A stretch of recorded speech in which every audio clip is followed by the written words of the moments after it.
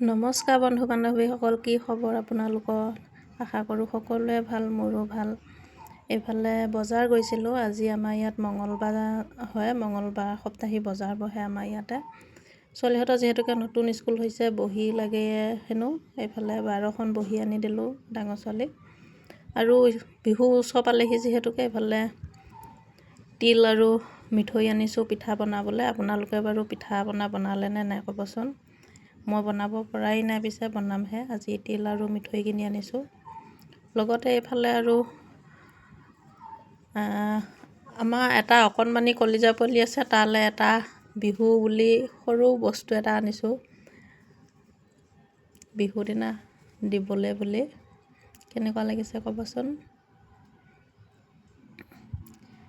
ঘৰতে পিন্ধা যিহেতুকে চিম্পুল কাপোৰ আনিছোঁ। এইফালে খোৱা বস্তু আনিছোঁ। বাই।